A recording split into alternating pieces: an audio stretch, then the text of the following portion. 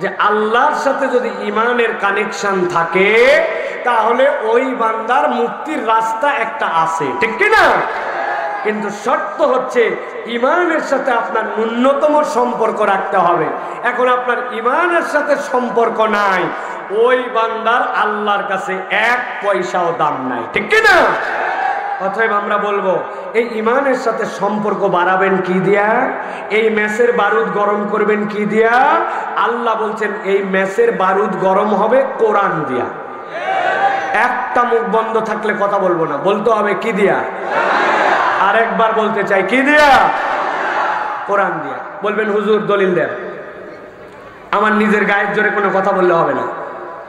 ভালো করে খেয়াল করেন, আল্লাহ রাব্বুল আলামিন কুরআনুল কারীমের 21 নম্বর সূরা সূরা আম্বিয়া এর 18 নম্বর আয়াতের মধ্যে বলছেন, আমার হাবিব আপনি কিয়ামত পর্যন্ত মানুষের কাছে, ইমানদারদের কাছে জানায় রাখেন, আল্লাহ রাব্বুল আলামিন বান্দাকে যে ঈমান দিলেন, বান্দাকে যে কোরআন দিলেন, ইসলাম দিলেন, মুসলমানদেরকে এটা পরাজিত করার জন্য দেন নাই, বরং আমার ঈমান, আমার ইসলাম, আমার কোরআন আমাকে বিজয়ী করবে।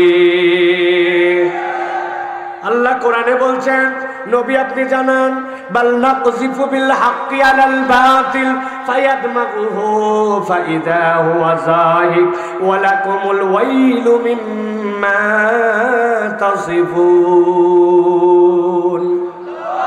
আমার আল্লাহ বলছেন এই কোরআনের কাজটি ভালো করে বোঝো। বাল নাকযিফু বিল হক, আল্লাহ বলছেন বরং এই কোরআন, এই হক, এই ঈমান, এই ইসলাম আঘাত করবে। কি করবে? মুখ দিয়ে বলেন কি করবে? আঘাত করবে। কার উপরে? আল্লাহ রাব্বুল আলামিন বলছেন আলাল বাতিল, বাতিলের উপরে আঘাত করবে। তবে আল্লাহ বলছেন এই আঘাতটা যেমন তেমন আঘাত নয়, এই আঘাতটা একটু ভিন্ন রকম আঘাত। আল্লাহ বলছেন ফায়াদমাগুহু, কোরআন পরিবর্তন কোন জায়গায় করবে? কোরআন পরিবর্তন করবে চেতনায়, কোরআন পরিবর্তন করবে চেতনায়, কোরআন পরিবর্তন করবে চরিত্রে, কোরআন পরিবর্তন করবে আখলাকে। আল্লাহ বলছেন দামগুন শব্দের অর্থ হচ্ছে ব্রেন। আল্লাহ বলছেন কোরআনের পরিবর্তনটা হবে চেতনায়, আদর্শে। আল্লাহ বলছেন একবার যদি পরিবর্তন হয় ফাইদা হুয়া যাহিক, আল্লাহ গ্যারান্টি দিলেন বাতিল সেখান থেকে নিশ্চিহ্ন হয়ে যাবে। আমরাও তো পরিবর্তন করার চেষ্টা করলাম, সোনার বাংলা হবে আমার দেশ, কিন্তু এই সোনার বাংলা হতে যাইতে আস্তে আস্তে করে আমরা দেখলাম এখানে দুর্নীতির মহা আখড়া, ঠিক কিনা? চোরগুলো আস্তে আস্তে ডাকাত হলো, কথা বলেন ঠিক কিনা? তারা তো অনেক ধরনের উদ্যোগ নিল, আপনারা তো দেখছেন, সিসি ক্যামেরা লাগাইছে, দুর্নীতি দমন কমিশন বানাইছে, নানান ভাবে দুর্নীতি যেন বন্ধ হয় তার জন্য নানান উদ্যোগ নিছে। কিন্তু আমরা দেখেছি দুর্নীতি বন্ধ করার যে উদ্যোগ, এইটা উত্তরবঙ্গের ভাষায় যদি বলতে হয় তাহলে সরিষার মধ্যে ভূত পাওয়া গেছে। কথা বলেন, এক লোকের জিন ধরছে, হুজুরের কাছে নিয়ে গেছে জিন ছুটানোর জন্য। হুজুর বলছে একটু সরিষার মধ্যে দিয়ে ডলা দেওয়া লাগবে, কিন্তু জিন এমন ফাজিলের ফাজিল, যেই সরিষা দিয়ে ডলা দিয়ে হুজুর জিন ছাড়াবে ওই সরিষার ভিতরে ঢুকছে। বুঝেন নাই না? উদাহরণ দেয় একটা, 5 নম্বর, ভালো করে খেয়াল করেন। কয় নম্বর? আমি গেছি পাসপোর্ট অফিসে, আমার পাসপোর্টের মেয়াদ 6 মাসের নিচে নেমে গেছে। এখন পাসপোর্টের মেয়াদ যদি 6 মাসের নিচে নামে তাইলে আর নতুন করে কোনো দেশের ভিসা দেয় না। এমার্জেন্সি পাসপোর্ট কারেকশনের জন্য যাচ্ছি, আমাকে একজন বলছে হুজুর পাসপোর্ট অফিসে গেলে প্রস্তুতি নিয়ে যায়েন।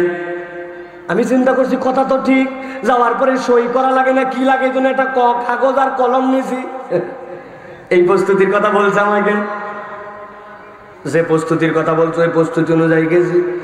যাওয়ার পরে এখন আমাকে দোতলায় অফিস, দোতলায় খালি ঘুরায় অনেকক্ষণ ঘুরায়। আমার তো প্রস্তুতি আছে কিন্তু প্রস্তুতিও খায় না, আবার কাজও করে না, কি জ্বালা।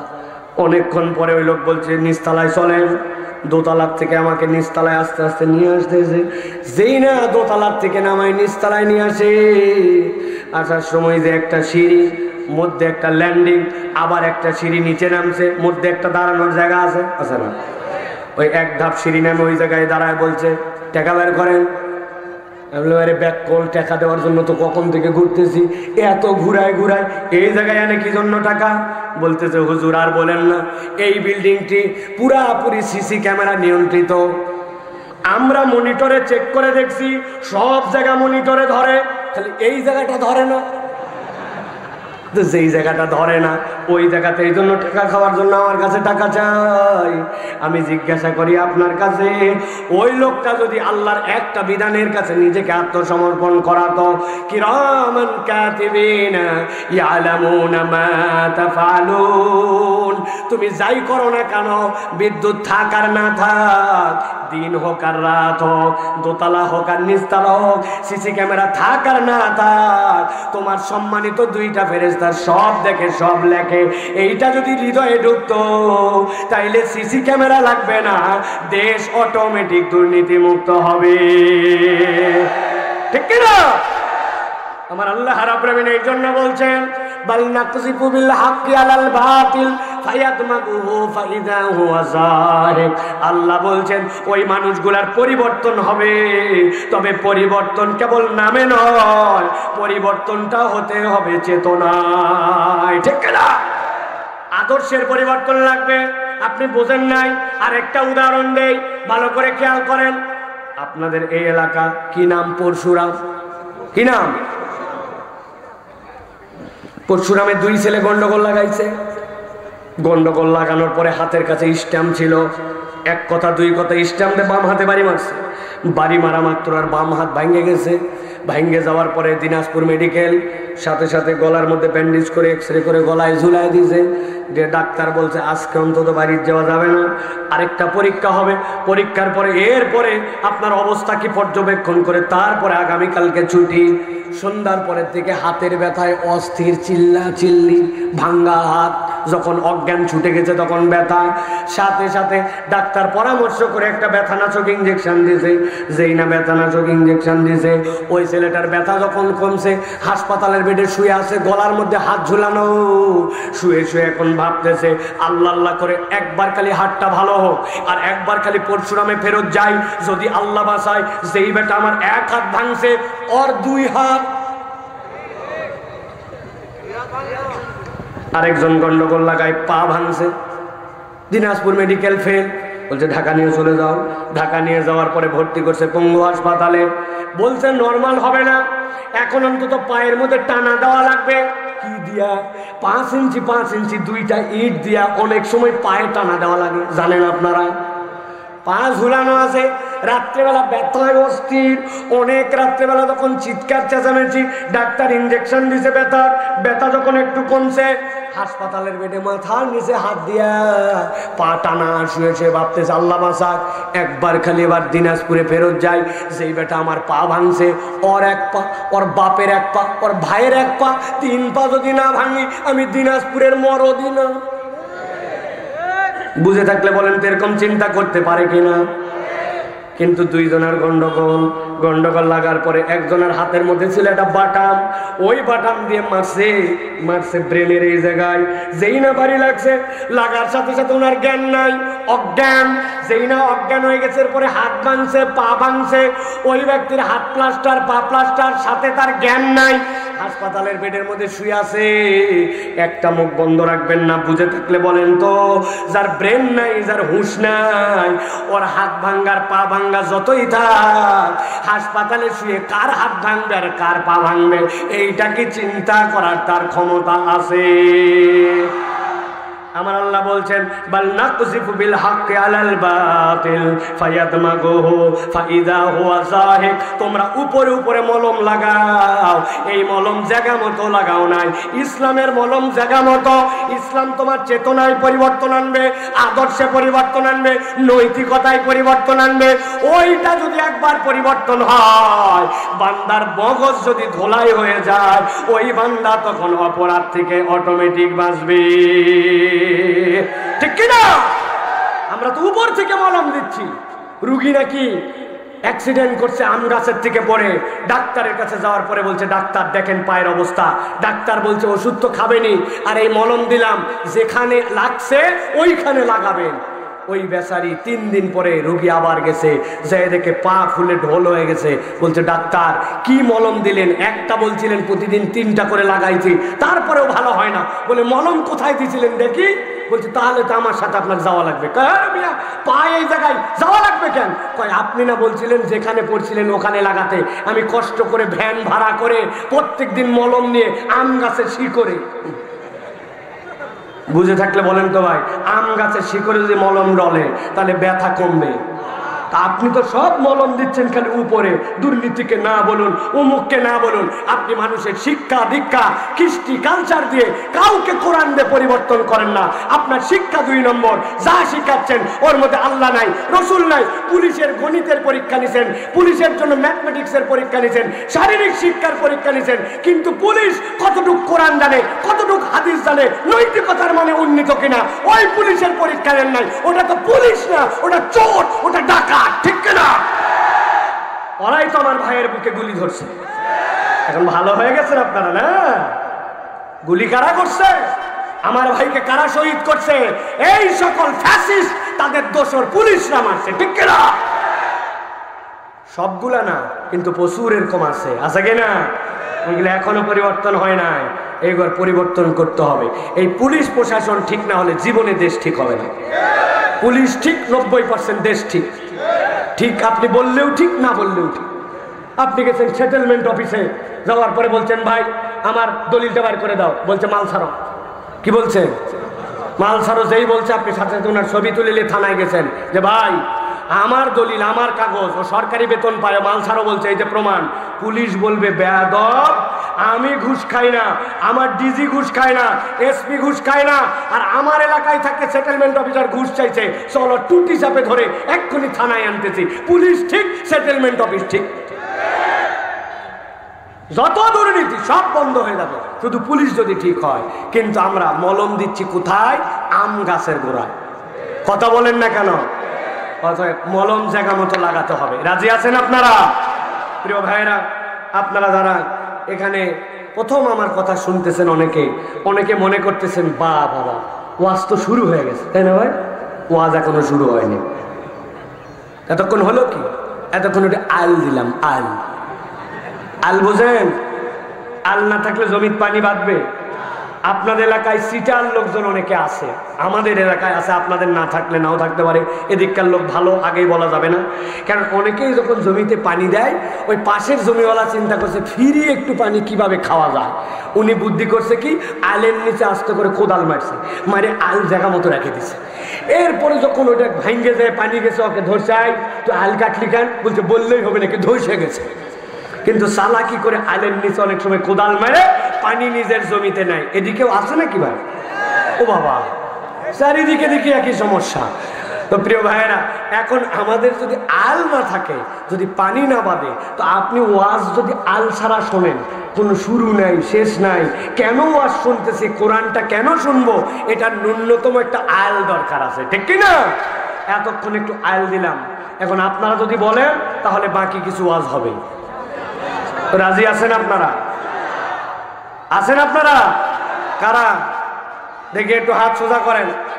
হ্যাঁ বসো বসো, হাত আমি তুলাইছি, উনি তাকবীর দিচ্ছে। হাত সোজা করে তোলো, খালি সোজা করে টান টান করে তোলেন। সোজা হয় নাই, হাত নামান, হাত নামান, হাত নামান। আগে একটা জিনিস আমাকে পরিষ্কার করে দেন, এই এলাকার নাম হচ্ছে পরশুরাম, তাই না ভাই?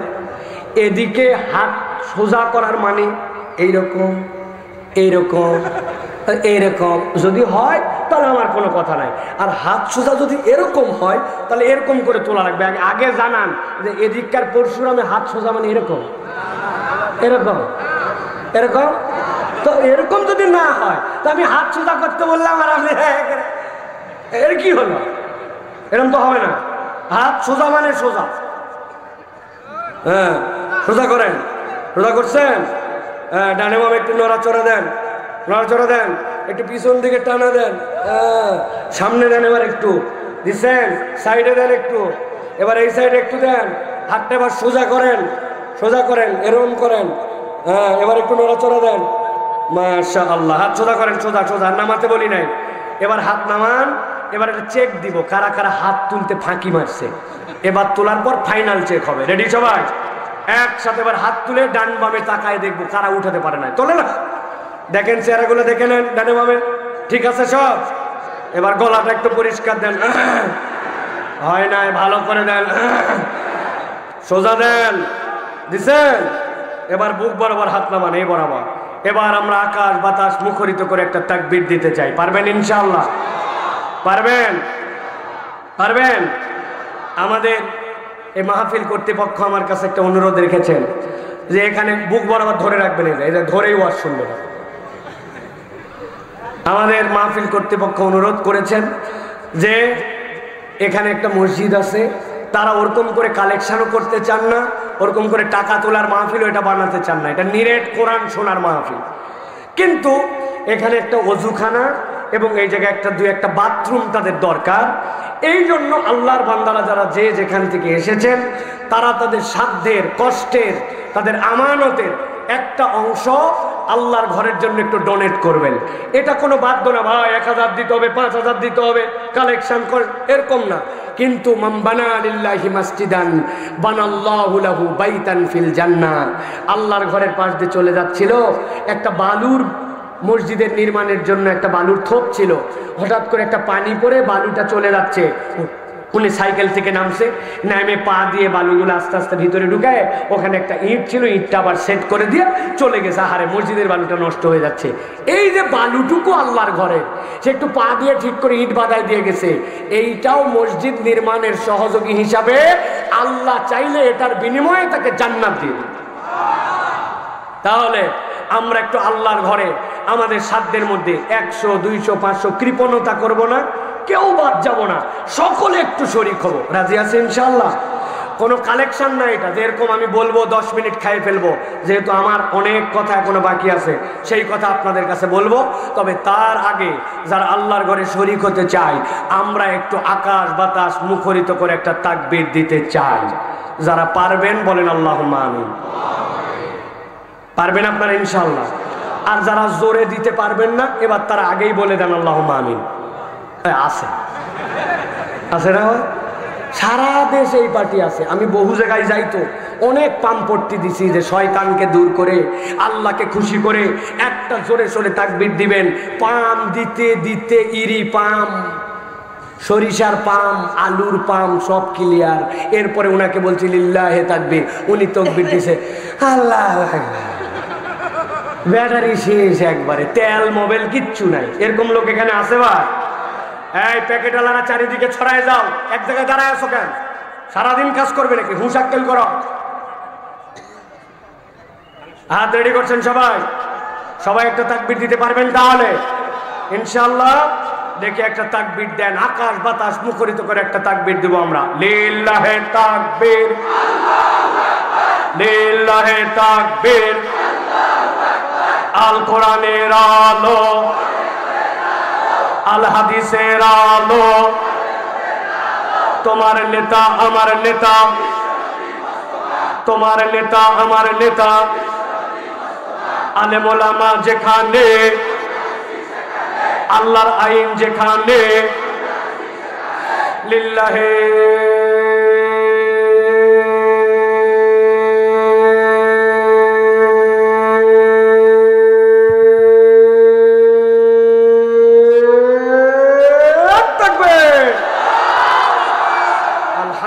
বলেন আলহামদুলিল্লাহ। শয়তান আছে? আর আল্লাহু আকবারের স্লোগান শয়তান পছন্দ করে না। এই জন্য যে দল যে পার্টির সাথে আল্লাহু আকবারের স্লোগান নাই, তার সাথে আমাদের সম্পর্ক নাই, ঠিক কিনা? আগামীর বাংলাদেশ ইসলামের বাংলাদেশ, আগামীর বাংলাদেশ কোরআনের বাংলাদেশ, আগামীর বাংলাদেশ যুবকদের বাংলাদেশ, আগামীর বাংলাদেশ বৈষম্যহীন বাংলাদেশ, আগামীর বাংলাদেশ আস্তিকদের বাংলাদেশ, ঠিক কিনা? ওই বাংলাদেশ নির্মাণে আপনাদেরকে এগিয়ে যেতে হবে। রাজি আছেন ইনশাআল্লাহ? ছেলেরা ভিতরে ঢুকতেছে, পকেটে হাত লাগান। সবাই, সবাইকে শরীক হতে হবে, একজনও বাদ দেওয়া যাবে না। সকলে শরীক হন। বসেন, আপনি বসেন, আপনি বসেন। হ্যাঁ, সকলে সকলে আপনারা হাতে হাতে নেন। সকলে দাঁড়ায় আছো যারা বাবারা, ইয়াং ভাইয়েরা, হাত দেন, পকেটে হাত দেন। বাপের কাছে চাচার কাছে নাহলে টাকা নাও, পকেটে হাত দেন। যারা চেয়ারে বসছেন ডবল, সব লোক মাটিতে, আপনারা চেয়ারে। ডবল পকেটে বের করেন, হাজার টাকা বের করেন, সকলে শরীক হতে হবে। এই মাইকেলা ভাই টাকা বের করো, শরীক হও, আল্লাহ বরকত দিবে ইনশাল্লাহ। 50 টাকা দিতে পারবে না, শরীক হও। ইউটিউবার সকলে শরীক হন, আল্লাহ বরকত দিবে ইনশাল্লাহ। সকলে শরীক হন, সকলে একটু জিকির করেন লা ইলাহা, জোরে জোরে লা ইলাহা লা ইলাহা লা ইলাহা, জোরে লা ইলাহা। কেউ মাহরুম করেন না, সকলেই যান, সকলের কাছে যান। যার কাছে যাবে না ডেকে নেন যে ভাই আসো আমার কাছে অন্তত শরীক হও একটু। সকলে তাড়াতাড়ি করেন, তাড়াতাড়ি করেন। আমরা ইনশাআল্লাহ, এই যে আমার অ্যাক্টিভ মানুষ দেখেন, ব্যাগ যায় নাই, নিজের পাঞ্জাবিটা গুটাই নিয়ে কাজ শুরু করে দিয়েছে। এইগুলো হচ্ছে অ্যাক্টিভ মানুষ, মাশাআল্লাহ বলেন।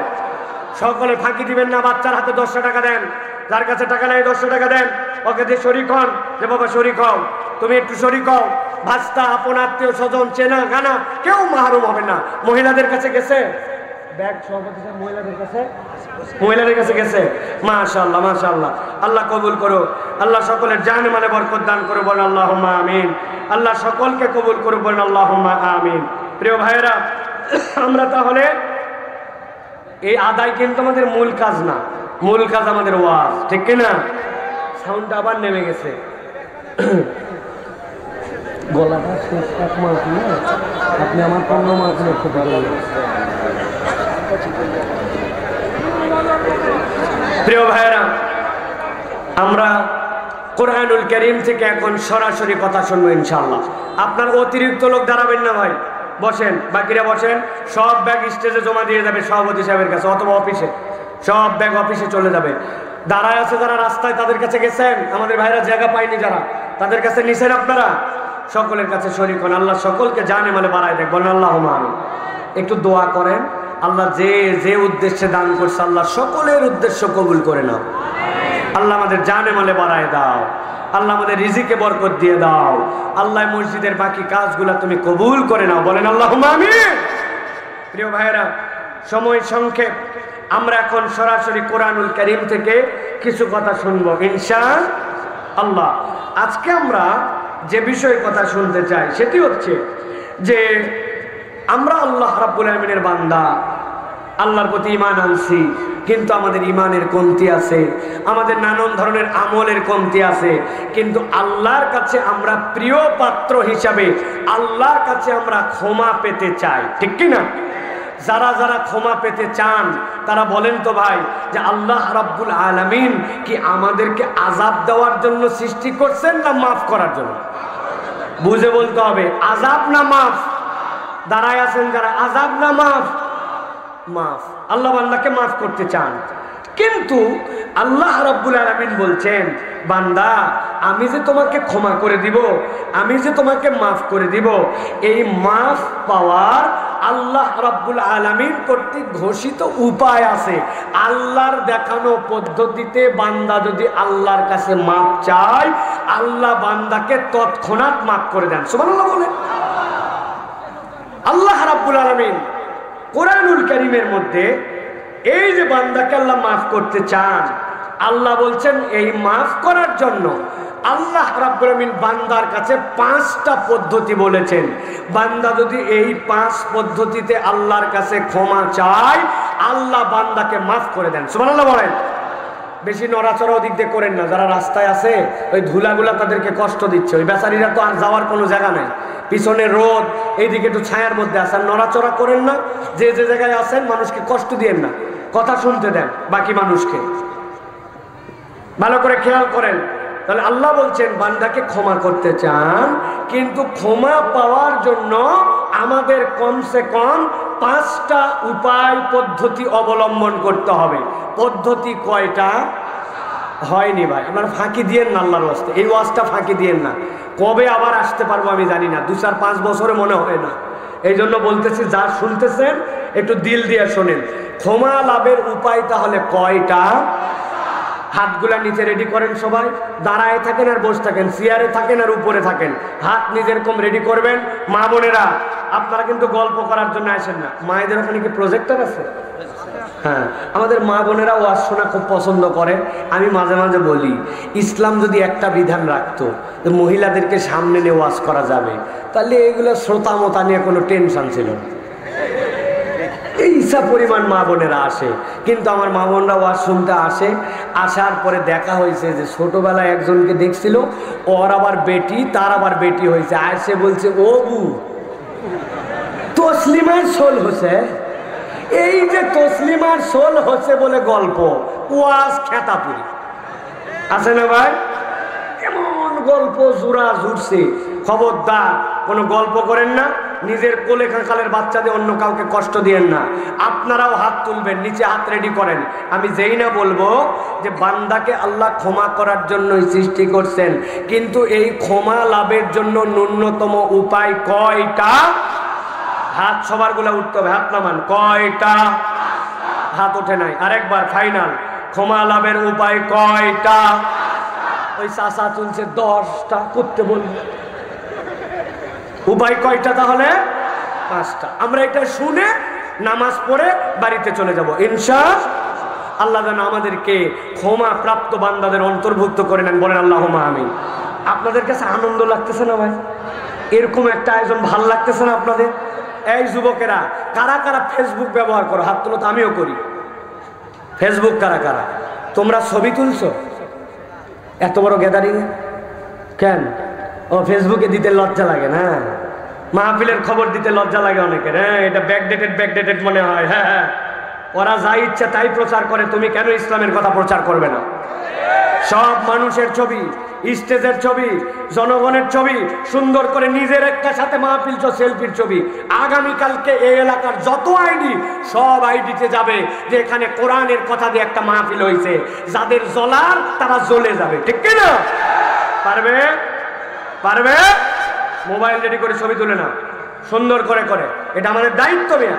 এখন তাই বলে উঠেন না একবারে আপনি, আবার এটা আস্তে আস্তে বসে থাকে করেন। প্রিয় ভাইয়েরা, যেটা বলছিলাম, যেটা একটা আনন্দের যে বৈঠক, আল্লাহ যেন আনন্দটা পূর্ণ করে আমাদেরকে যেন ঈমান নিয়ে যাওয়ার তৌফিক দান করে, আমাদেরকে যেন মাফ করে দেন, বলেন আল্লাহুম্মা আমিন। তাহলে ক্ষমা লাভের উপায় কয়টা? 5টা। আল্লাহ রাব্বুল আমিন বলছেন, গভীর মনোযোগ দেন। ওদিকে 6টা উদাহরণ দিছি, ধরবো বলছি, মনে আছে তো? মনে মনে একটু আওড়ায় রাখেন, খবর আছে কিন্তু বলে দিলাম। চাচা বহুতক্ষণ ধরে দেখছি হেলান দিয়ে শুধু বসে আছেন, জিজ্ঞাসা করবো, ওয়াজ বাড়িতে নিয়ে যাওয়া লাগবে। আল্লাহ রাব্বুল আমিন বলছেন, ইন্নাল মুত্তাকিনা ফি জান্নাতি ওয়া উয়ুন উদখুলুহা বিসালামিন আমিনিন। আল্লাহ বলছেন, এই দুনিয়ার মানুষ, আমি আমার বান্দাকে জান্নাতে দিতে চাই। আল্লাহ বলছেন, ইন্নাল মুত্তাকিন, তোমাদের মধ্যে যারা আল্লাহকে ভয় করে। সুবহানাল্লাহ বলেন। মুত্তাকি মানে কি? আমি আপনাদের কাছে স্পষ্ট করে বলে দেই, সাথে সাথে সারা জীবন মনে রাখতে পারবেন। আল্লাহ যা মানা করছে, আল্লাহ যা নিষেধ করেছেন, আল্লাহ যা থেকে আপনাকে দূরে থাকতে বলছেন, ওখান থেকে বেঁচে থাকার নামই তাকওয়া। সুবহানাল্লাহ। এবার বলবো, একে একে জিজ্ঞাসা করবো, আল্লাহকে মিথ্যা কথা বলতে বলছে? আল্লাহকে সুদ খেতে বলছে? আল্লাহকে বাপ মায়ের সাথে বেয়াদবি করতে বলছে? আল্লাহকে অপরের জমি ঠেলতে বলছে?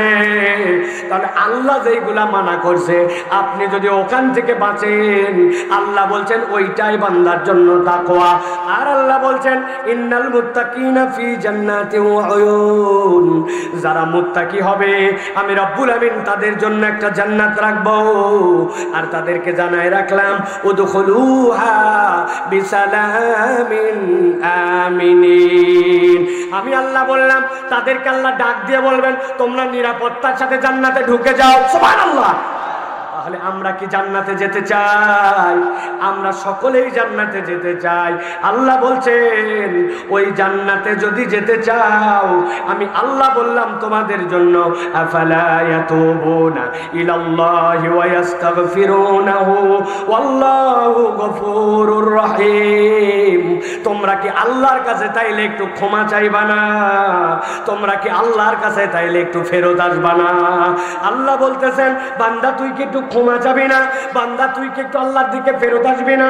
আল্লাহ বলছেন আল্লাহু গফুরুর রহিম, একবার যদি তুই আল্লাহর কাছে ফেরত আসিস, আমি রব তোকে বললাম আমি আল্লাহ তোকে ক্ষমা করে দেওয়ার জন্য রেডি। সুবহানাল্লাহ। ছোট্ট একটা কথা বোঝেন, আপনি আল্লাহর কাছে দোয়া করছেন রব্বানা আতিনা ফিদ দুনিয়া হাসানা, একসাথে উত্তর দিবেন। এই দোয়াটা শিখাইছে কে? উত্তর হয় না, কে শিখাইছে? এই দোয়াটা কবুল করবে কে? এই দোয়াটা করতেছে কার বান্দা? চেয়ারম্যান সাহেব বলছে আমার একজন স্পেশাল সহকারী নিব, পেপারের মধ্যে বিজ্ঞাপন দিছে, এসএসসি এইচএসসি পাস হওয়া লাগবে, হাতের লেখা ভালো হতে হবে, হ্যান হতে হবে, তেন হতে হবে। হঠাৎ করে চেয়ারম্যানের বোন ফোন করছে, ভাই তোর ভাগিনা যেইটা ওইটা তো এবার অনার্স পাস করছে ইংরেজিতে, আর তুমি বিজ্ঞাপন দিছো তো তুমি নাকি পার্সোনাল সেক্রেটারি নিবে। বলছে বোন শোন, আমার ভাগিনা, আমি তো মনেই ছিল না, মনে থাকলেও চাকরি দেওয়ার ক্ষেত্রে বিধি আছে, অন্তত পক্ষে একটা দরখাস্তর জন্য আবেদন করা লাগবে। তবে চিন্তা করিস না, আমি মামা যেহেতু এমপি, অতএব ওর চাকরি ঠেকাইতে, ঠিক কিনা? এখন বলছে আবেদন করতে বল। আবেদন করার জন্য ভাগিনা আবেদন লিখবে। চিন্তা করছে জীবনে তো এরকম কোনো আবেদন লিখি নাই, এখন কেমনে পার্সোনাল সেক্রেটারির জন্য আবেদন লেখা লাগে। মামার অফিসে চলে আসছে, মামা এমপি সাহেব। মামাকে বলছে মামা দরখাস্তটা কেমনে লিখবো, আপনি একটু বলেন আমি একটু লিখি। মামা বলতেছে লেখ দাদা কোথাকার, বরাবর এমপি মহোদয়। কে বলতেছে কথা? কথা বলে না। কার কাছে দরখাস্ত যাবে? এমপি সাহেবের কাছে। বরাবর এমপি, চাকরির জন্য আবেদনপত্র। খানিকক্ষণ পরে ভাগনা বলছে ধুরু আপনি বলেন কোন বানান ঠিক হয় না হয়, আমি একটু আপনার অফিস ঘুরে দেখি, মামা একটু দরখাস্তটা লিখেই দেন। বেয়াদব ভাগনা, তারপরেও মামা বলে কথা। সাথে সাথে এখন মামা লিখতেছে বরাবর এমপি। কে লিখতেছে? এমপি সাহেব স্বয়ং। বুঝে থাকলে বলেন, বুঝানোর জন্য বললাম। এই চাকরি কি মিস হয়? হতেও পারে কোনো একটা মন্ত্রী তার থেকে বড় হ্যাডামওয়ালা এমপির ভাগনার চাকরি খাইয়ে ফেলতে পারে। কিন্তু আমার আল্লাহ বলছেন রব্বানা, এই আমার প্রতিপালক শিখাচ্ছেন আল্লাহ, কবুল করবেন আল্লাহ, বলাচ্ছেন আল্লাহর বান্দাকে দিয়া। আপনি মনের মধ্যে বিশ্বাস নিয়ে থাকবেন, এই দোয়া কখনো ব্যর্থ হতে পারে না। আমার আল্লাহ বলছেন এই জন্য কুলিয়া ইবাদিয়াল্লাযীনা আসরাফু আলা আনফুসিহিম লা তাকনাতু মির রাহমাতিল্লাহ ইন্নাল্লাহা ইয়াগফিরুয যুনুবা জামিআ। ও আমার বান্দা, কত অপরাধ করছিস, কত ভুল করছিস, কত গুনাহ করছিস, কেউ দুনিয়ায় জানে না। কিন্তু তোর রবের ব্যাপারে কখনো তুই নিরাশ হস না। তোর গুনাহ যত বড়, তোর রব ক্ষমাকারী তার থেকে বড়। সুবহানাল্লাহ। ওই আল্লাহ বান্দাকে ক্ষমা করে দিতে চান, কিন্তু আল্লাহ বলছেন আল্লাহর কাছে একটা পদ্ধতি আছে। 5টা পদ্ধতিতে বান্দা যদি আল্লাহর কাছে ক্ষমা চায়, রব্বুল আলামিন বান্দাকে মাফ করে দেন। সুবহানাল্লাহ। তাহলে এক এক করে 5টা বলবো, 1 2 করে। আমরা 10 মিনিট 15 মিনিটের মধ্যে আলোচনা শেষে এখানে জামাত হবে। 3:45টায় আজান হয় এখানে। যদি একটু দেরি টেরিও হয়, সমস্যা আছে, একটু পরে নামাজ পড়বো, কি হয়েছে তাই, ঠিক না প্রিয় ভাইরা? তাহলে 1 নম্বর ক্ষমা লাভের 1 নম্বর উপায় হচ্ছে ঈমান ও নেক কাজ। বলেন কি? সবার মুখে বলতে হবে, মা বোনরা সহ, কি? ঈমান ও নেক কাজ। ঈমান ও নেক কাজ। আল্লাহ কোরআনে বলছেন 48 নম্বর সূরা ফাতিহা এর 29 নম্বর আয়াতের মধ্যে আল্লাহ বলছেন ওয়া'আদাল্লাহুল্লাযীনা আমানু ওয়া আমিলুস সলিহাতি মিনহুম মাগফিরাতাও ওয়া আজরান আযীমা। আল্লাহ বলছেন আমি আমার বান্দার কাছে যারা ঈমান আনে আর ঈমান আনার সাথে সাথে আমলে সলেহ করে, আমি আল্লাহ ওয়াদা করলাম আমার বান্দাদের জন্য আমি রব্বুল আমিন ক্ষমা করে দিব। আর আমি আল্লাহ ক্ষমাই কেবল করব না, আমি তার জন্য বিশাল বড় পুরস্কারের ব্যবস্থা করে দিব। এখন আপনার যদি ঈমান না থাকে তাহলে আপনার আমলের কোনো দাম নাই। আপনার ঈমান না থাকলে আপনার আমল ওজন হবে না। বলেন তো আল্লাহর কাছে আমল কি পরিমাপ হবে না ওজন হবে? ওজন হবে, ভালো করে বোঝেন। কিন্তু যেই বান্দার জীবনে 3টা জিনিস থাকবে না, তার আমল আল্লাহর কাছে ওজনে ভারী হবে না।